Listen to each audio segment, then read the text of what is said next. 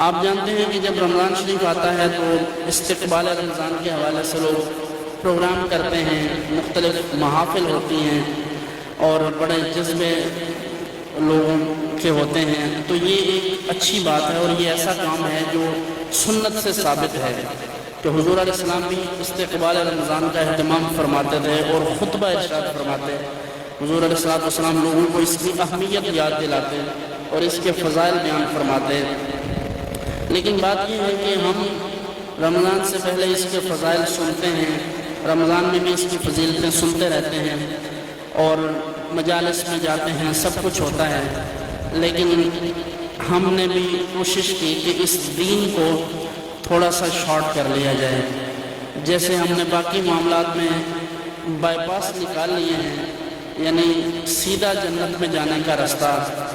جیسے آپ جانتے ہیں کہ ہمارے ہاں طالبہ نشن بڑھ رہی تھی تو جنت میں جانے کا سیدھا راستہ تھا کہ بم سے اڑا دو اپنے آپ کو تو جلدی جنت میں چلے جاؤ گے. ایک تو یہ راستہ تھا. پھر راستے آئے اور کسی نے کہا کہ آپ کو تو نماز پڑھنے کی ضرورت نہیں ہے. کل ایک نوجوان کہہ رہا تھا کہ ہمارے ایک عزیز ہیں تو وہ کسی سے مرید ہوئے تو انہوں نے کہا حضرت نماز کے بارے میں، انہوں نے کہا بس تاڑی 5 ویلے لے ساڑھے ہر ویلے.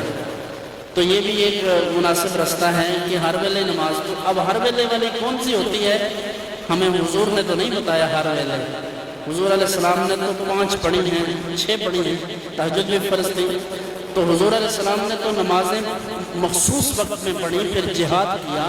پھر حضور تو گھر کے کام کرتے تھے، حضور تو باہر تشریف لے جاتے. حضور علیہ السلام ہر وقت نماز نہیں پڑھتے تھے، نہ حضور نے ہر وقت والی کا حکم دیا. تو یہ جہالت ہے. تو ہمارے لوگ یہ ایسا راستہ ڈھونڈتے ہیں، ایسا پیر ڈھونڈو جو روزے بھی معاف کرا دے.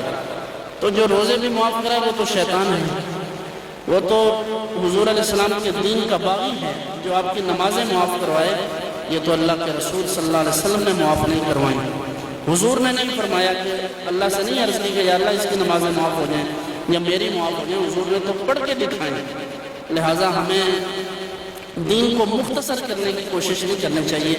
پہلے لوگ تراویح پڑھتے تھے تو بڑے ذوق شوق سے. اب کیا ہوا، اب جو ہماری مساجد کی انتظامیہ ہیں انہوں نے کہا مولوی صاحب ایسا کریں کہ 10 دن میں نہیں قرآن ختم ہوتا.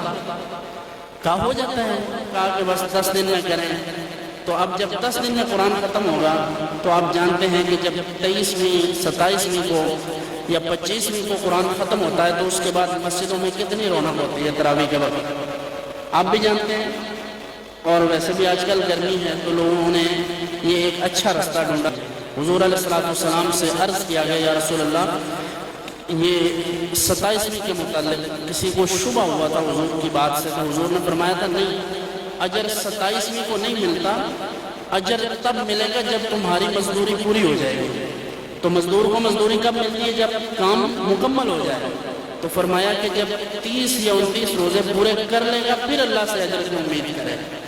تو آپ جانتے ہیں کہ ہمیں تو وہ جو نیا تحفہ ملا ہوا ہے بدعت کی صورت میں، یہ جسے ہم چاند رات کہتے ہیں، اس رات کے متعلق اللہ کے رسول صلی اللہ علیہ وآلہ وسلم نے فرمایا کہ یہ رات ہے جس میں اللہ فیصلہ فرما دیتا ہے کہ ہم نے اس کی بخشش کرنی ہے یا نہیں کرنی. تو جس رات میں فیصلہ ہونا ہوتا ہے اس رات میں ہم میلنگ ہو رہی ہوتی ہے، اس رات میں ہم ہلڑ بازی کرتے ہیں اور بازاروں میں نکل جاتے ہیں. اور عورتوں کا تو بازار میں جانا فرض ہے ہمارے نزدیک. تو آخر میں یہ کام جو ہم کرتے ہیں یہ اللہ کی ناراضگی کا سبب ہے، اللہ کے رسول صلی اللہ علیہ وسلم کی ناراضگی کا سبب ہے.